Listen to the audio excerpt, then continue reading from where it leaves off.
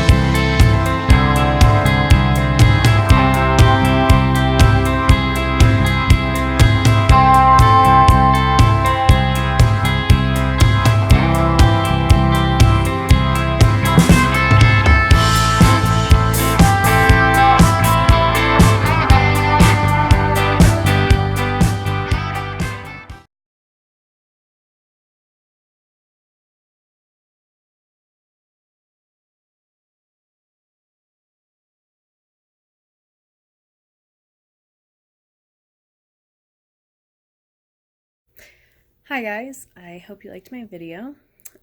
Just some quick notes. The first accident scene picture that you saw was the scene that the dispatch page was calling to, and that was just earlier this week. The reason I used accidents in those three scenes are A, because I had those pictures. Those are scenes that I've responded to as a disaster and emergency services employee. And B, to avoid any HIPAA violations. I didn't want to show any patients or their homes, things like that. I chose to work with Beaverhead Ambulance because I used to dispatch, and so it's close to my heart. I've considered joining the service many times, and every time they have an EMT class, it just doesn't really work out with my schedule, so I'm hoping after I'm done with school, maybe it'll work better with my schedule. So, one of my biggest interests in working with Beaverhead Ambulance for this class was that I was interested in seeing how a nonprofit is filling a role that is a lot of times run by a corporation or filled by a local government entity, and to see what the challenges they face being a nonprofit, and then maybe any advantages they have being a nonprofit in that field.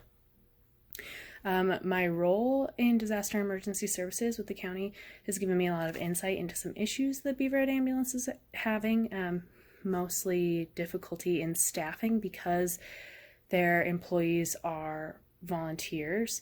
It's hard to get people to go on every run.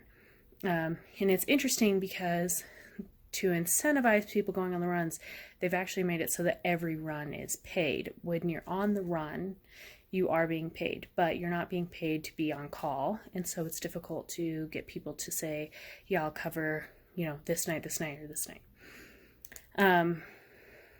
So what they're looking into and what we've discussed is getting a more formalized ambulance district and coverage area laid out, and then requesting some sort of either mill levy or perhaps like a flat fee on the taxes, which is how we operate our county solid waste. It's $95 a year per household.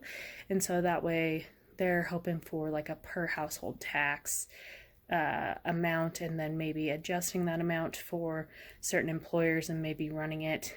I discussed with the ambulance director and suggested looking at running it kind of like a bit like how they adjust for insurance, like an OSHA thing where they say, yes, this industry is so much more likely or so much more dangerous, so much more likely for somebody to be hurt, so adjust for the amount of employees and the likelihood that they'll end up responding. So sort of like a workers' comp type formula. The other reason with that issue, and it's such a large issue to work through, and all of their employees are volunteers, meaning that even if they're being paid on a run, everything else, all the rest of the time they put into it is volunteer time, and they all have other jobs full-time and things that they do. Everybody seems so stretched thin. So I thought with my insight into the issue at hand, I could use my knowledge of how the county operates and the community to help them with sort of a community education project, in hopes that people will vote yes on this tax increase. We're nervous that they won't, because we have had our taxes increase several times in the last couple of years, and so people are feeling the stretch. I'm going to use this also because I'm already at my 20 hours at this point, to cover my project for the strategic planning and leadership class with Dr. Pace, to kind of outline the challenge of having employees. Ultimately, they'd like to pay employees to be on the clock all day. And so how we get from where we're at now, where you're paid if you go on a run, to having a fully staffed ambulance, and then having the second ambulance be a volunteer service. So if an ambulance is already out on a run, then the second ambulance to go is filled by volunteers.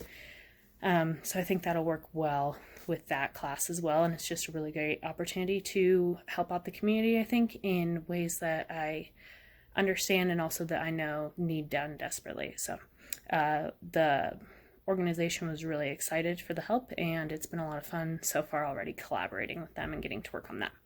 So if you have any questions, let me know. Thanks.